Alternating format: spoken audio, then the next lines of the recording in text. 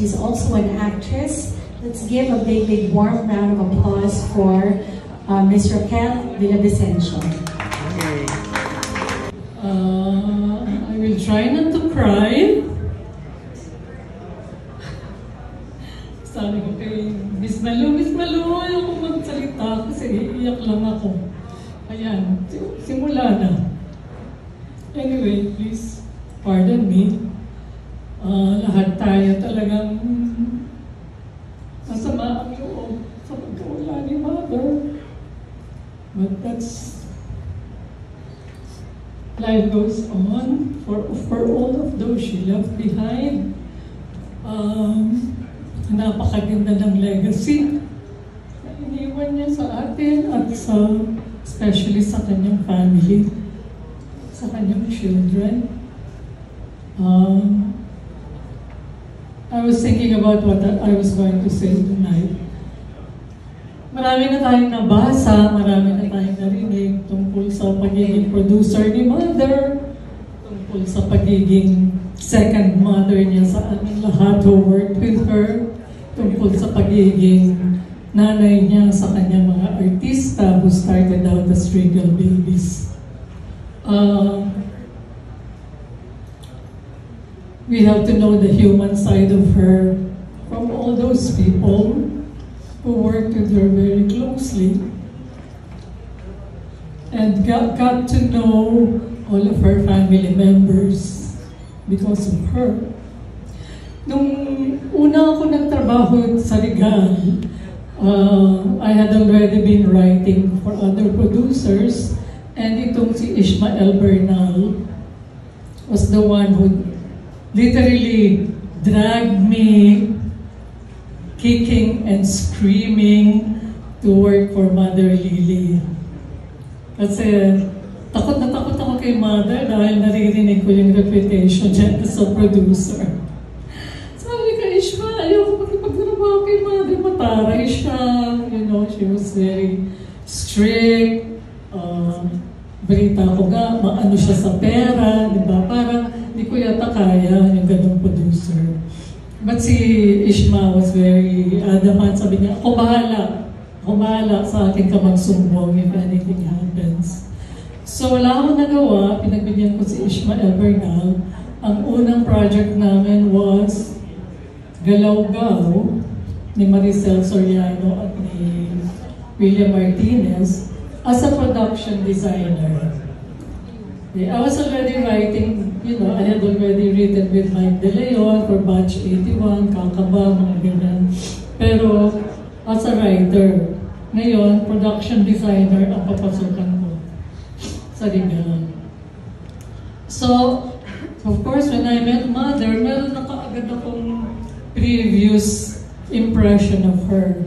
So, very distant ako sa kanya kasi nga alam kong mataray siya, stricto siya. Sabi ko, naku, magkakasundo ba kami dito? And sure enough, first project ko pa lang, Galaw-Gaw, ilang beses na kami nag-away. Sabi ko, pareho kami matigas ang ulo. The Mother was really, iron fisty Mother.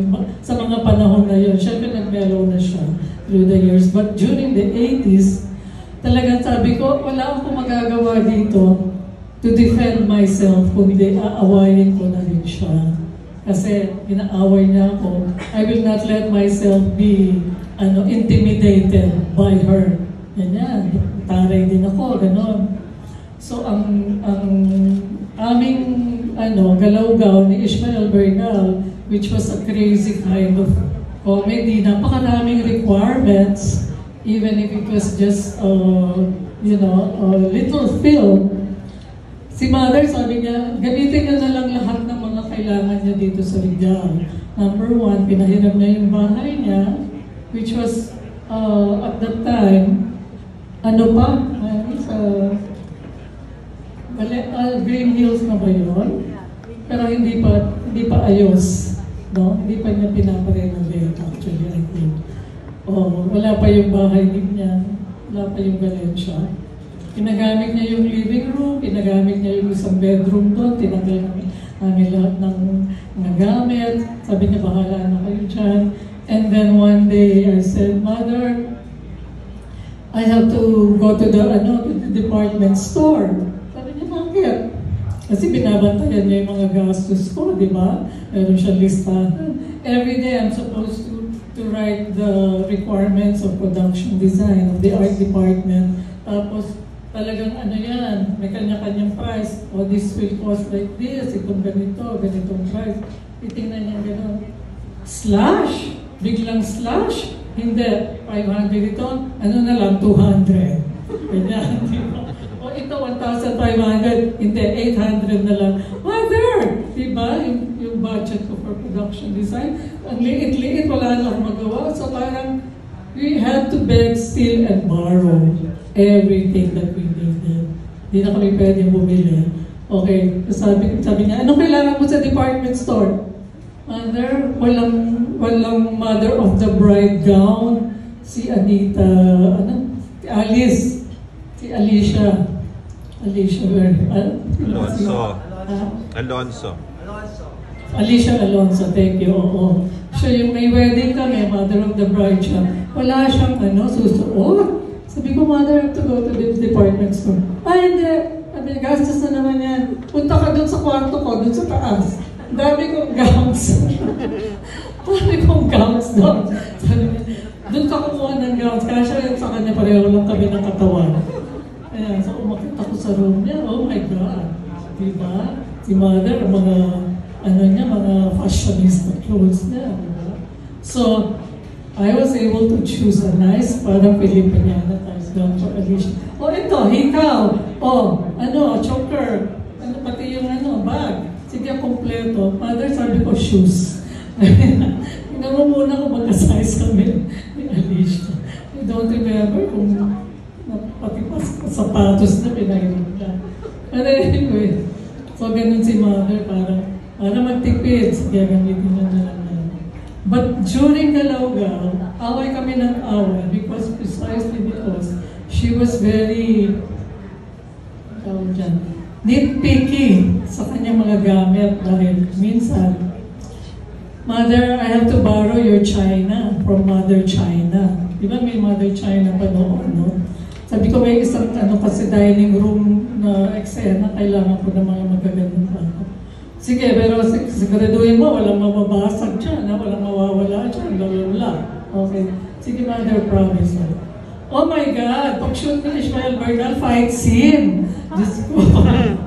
Kasi si Ishma, hindi niya sinasabi sa amin, ano bang gagawin natin eksena today? Basta na lang may inspirasyon siya. Ay, gawin natin fight scene dito. Ay, gawin natin dito. Sa palan, sa bunutan, whatever. Kami nagugulat na lang right there and then. Kailangan natin ng ganito, ganyan, saan tayo kukuha? Because it was so inspirational on Ishmael's part. So lagi kami parang, hay, hakot dito, hakot doon. Sabi ni Mother, basta, bilang na bilang ko yan, pati mga kubiertos dyan, walang mawawala. Okay, we did it. Thank God, Ishmael was good enough, wala siyang binasa. Kaya lang, na-delay ang pagsoli namin sa Mother China ng mga gamit because something about the service, parang ginamit yata ng catering yung service ng production design. So, mga siguro 3 or 4 days, naka-boxes pa rin yung mga dishes ni Mother, hindi nasusulit. Ako, pagpasok ko sa likod, inaway na naman ako, Raquela! Sabi na naman, sitawin niya sa akin, Raquela. Hindi mo sinusoli yung gamit ko sa Mother China. Hindi na kita papahiramin, Mother, siyempre mag-explain. Ay, hindi, basta next time, wag na. Hindi na pwede. Wala. Okay. Okay, ginawa ko ganito. Nag-harvest kami ng 6 na, yung baskets ng mangga sa isang mango orchard in Tanay. Because there was a scene na nag-harvest ng mangga yung mga tauhan sa Asyendero. Tamang-tama, it was mango season. So, napuno yung 6 na basket sa kaka-harvest, etc. After the scene, sabi, isang shot lang yan, tapos na. Gagawin natin dyan, sabi na, Arden. Ibigay lahat yan kay Mother Lily. Sabi ko, dalhin niyo sa Regal. Kasi si Mother, binibilang niya lahat ng mga ginagamit natin sa set. Gusto niya ibalik lahat. So, yung service namin, pinuno namin ng mangga. Dinala sa Regal. Pagdating namin si Mother, ano gagawin ko dyan? Sabi ni Mother. Bahala ka na. Sabi mo, gusto ko ibalik lahat ng ginamit ko. Ayan. I don't know what she did. Maybe she gave them away. Diba? Talagang, it was my way of getting back at her, actually. And then, this is all galaw-gawa because this is the only project that I did with Mother na nag-away kami. After that, medyo nagkakaano na kami ng ugali. Nagkakaalaman na kami ng ugali. So, ang galaw-gawa, marami kaming fight scenes. So one day, itong Ishmael Bernal, as usual, di sinabi sa amin na ang plano pala niya dun sa isang eksena sa Galaw-Gaw, si William at si Edgar Mandel makikipag-away sa 3 taho, 6 na taho vendors. 6 na taho vendors na makakasalubong nila dun sa kalye. So, ang kinuha ko, I didn't know what the scene was going to be. Ang hiniram kong taho container, isa lang. Nagrenta lang ako ng isang taho container. Sabi ni Ishma, kumuha ka pa ng 5 na taho container. Sabi ko, Mother, sabi ko, Ishma, sabi ko, dami-dami naman. Sabi niya, meron akong plano. So, I got 6. I had in total of 6 taho containers. Tapos, pinag-fight scene niya si William Martinez at si Edgar Mandel sa 6 na taho vendors sa palengke. At yung fight scene na yon, bakbakan with the taho cans. Yung taho pala ganito, di ba? Dalawa. May yung tawag dyan, yung wood at 2 cans. So, bali 3 silang tao. But 6 cans. Okay. Ang ginawa niya, ginamit niya yung mga tahukans para magbakbakan. So in the end, bako-bako lahat ng tahukans, aside from the fact na sabog-sabog na yung, we had to pay for that, of course, no? Yung laman ng taho. Tapos, puro dented na lahat ng containers ng taho. Okay, ito na, sinisingil ako ng mga taho vendors. Ma'am, 3,000 po. 500 bawat container. Together with the laman. Sabi ko, OMG, wala yan sa budget ko. Ang budget ko, isang container lang. Ma'am, hindi po 3,000. Punta ko kay Mother. Pinuntahan ko siya sa Regal. Mother, kasi hindi sinabi sa akin ni Direk na ano palang gagawin niya.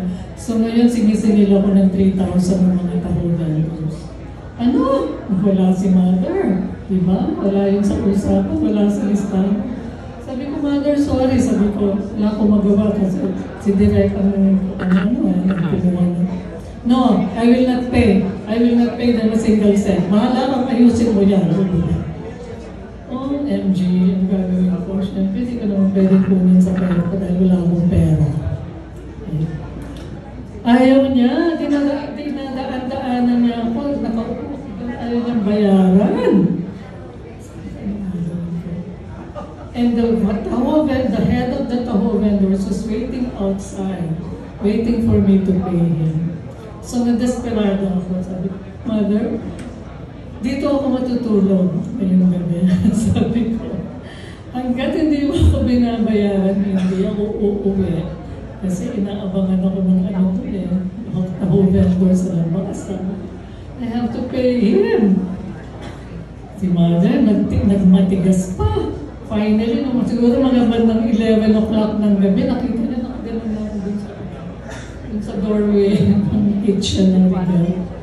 Sabi ko, Mother, I'm not going home. I'll sleep here.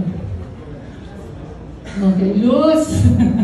Tinawag niya yung accountant. Luz, bigyan mo na lang 10,000 si Dokela. Tsaka pa pala niya binayaran. Pahirapan talaga. Anyway, after Mother and I settled our differences and we already knew each other, you know, well enough, naging magkaibigan na kami. Parang, she started already treating me like family, no? Alam niya na mga anak ni Mother, si Mary, si Rosel. I was invited to most of the family affairs, weddings, birthdays, anniversaries, aside from the Christmas parties, of course, in Rical, mga kung ano-anong celebration, New Year. Hindi ako nawawala, hindi ako absent. And I really felt that Mother considered me part of the family kasi talagang siya mismo ang tatawag. Okay lang, huwag ka mawawala. Ano, wedding ni ganito, wedding ni Meme. Okay, Mother. And then, ang feeling ko parang, I think Mother was not only playing, she was not only like we all call her our second mother, no? But she was also, ano siya, nababalance na yung pagka-producer niya, yung pagka-businesswoman niya sa pagiging nanay niya to her family and to her workers, to her alagas. Sa Regal, kahit na work time, kahit na nagtatrabaho kaming lahat, makikita mo si Kid, ng baby yan, diba? He was only 2 years old, 3 years old, tumatakbo-takbo yan sa Regal. Yeah, I was telling Kid, sabi ko, I saw you as a baby, ha? But you were running around. Diba? Parang napakakulit na bata ni Kid, takbo siya ng takbo. And look at you now, meron ka na rin anak, diba? But Mother allowed her children, her grandchildren, to come and play even when there was work. No? Hindi niya parang, oh, hindi kayo pwede dito, nagtrabaho, hindi gano'n.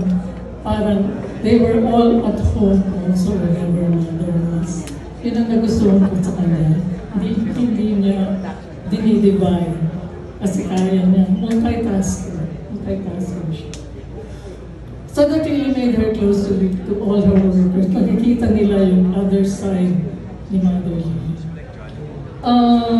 Ganun din, just like Eric experienced, and I think most of us, yung tumatawag siya sa gabi at all hours of the night, bigla na lang tatawag yan, ang awag ng ano na, 11:30 na gabi, 12 o'clock midnight. Oh, Kayla, gising ka pa? Mother, gising ka pa? Ano niya?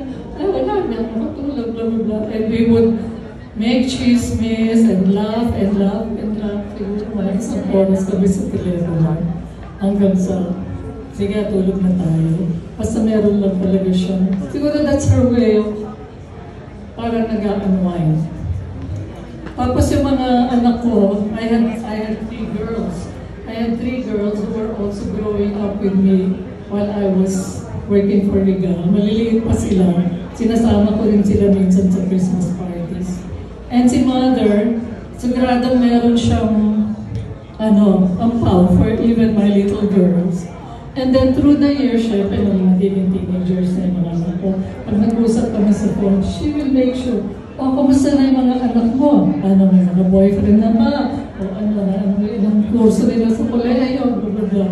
She would make sure that she knew everything that was going on with them. I owe my first solo, I would say solo, kasi before this project, I was co-writing lang with Dolly Del Mundo, Mike De Leon. Nung ginawa ko for Regal yung Teenage Marriage. That was my very first solo. Sabi ni Mother, Eli, mag-solo ka na, mag-solo writing ka na. Sabi ko, Mother, nananervous pa ako. Sure. Sabi niya, hindi. Sabi niya, isip tayo ng magandang project para kay yung love team ni Maricel, William, Snoopy, and Albert. At that time, yung apat na yan, they were doing rom-coms, what we now call rom-coms. No? At that time, crazy movies pag ginagawa nila na may love stories. Sabi nga, I think it's about time na mag-graduate na sila to adult roles. We need a project na ano na sila, magiging drama, hindi na comedy. So sabi ko, Mother, so what do you think is magandang project for them? Sabi niya, let's make it about teenage marriage, mga young marriages. Kasi sabi niya,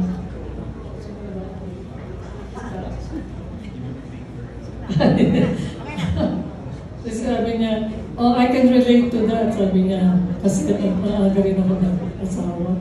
So that's when she started telling me about her marriage to father, paano sila nagkaligawan, basketball player si father, ganyan. Ako yung naghabol sa kanya.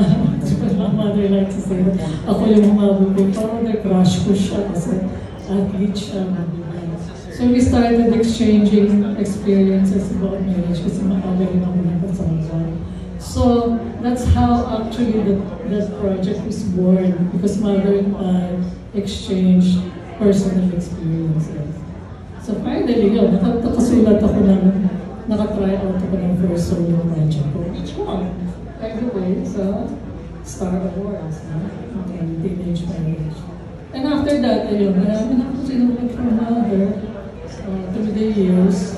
At gano'n na nga naging relationship namin sa kanya. Anyway, yes, mahaba na ito. I just wanted to share na si Mother talaga para bang ganun siya sa umpisa. Pero that's a very wrong impression of her. Most people have this very wrong impression of her. You really have to know her better. Kasi siya yung tipong pag malapit ka na sa kanya, yayayain ka niya sa bedroom niya. Sa bedroom niya, magda-duster na yan. Magda-duster na yan. Tapos sa tawagan ka niya, Eli, alika, andito yung maghuhula ko. Pahula tayo. So the whole night, ikinig kami sa maghuhula niya. Tapos mamaya-maya, tulog na siya. Sabi ko, Mother, pahula ka ng pahula. May nangyayari ba? May nakatuuwan yun sa mga pinapahula mo. Sabi niya, hindi naman. Gusto ko lang makinig sa sinasabi niya. Okay. So, yun. Anyway, Mother led a very rich, very fulfilling, very colorful, very loving life. She was full of love and laughter to her workers, to her family. I think she would not regret anything that she had done. Kasi alam niya, na-experience niya lahat, nagawa niya lahat. And she left a legacy rich enough for her children, her grandchildren, and eventually her kapusatuhan to be proud of also. Tuwang-tuwa ako na si Kit is now part of Regal also, which was also Mother's dream. So, I can only say, Mother was an Iron Lady, pero yung Iron Lady with the marshmallow heart, I would say. Yeah. Thank you, Mother. I love you, and I will definitely miss you.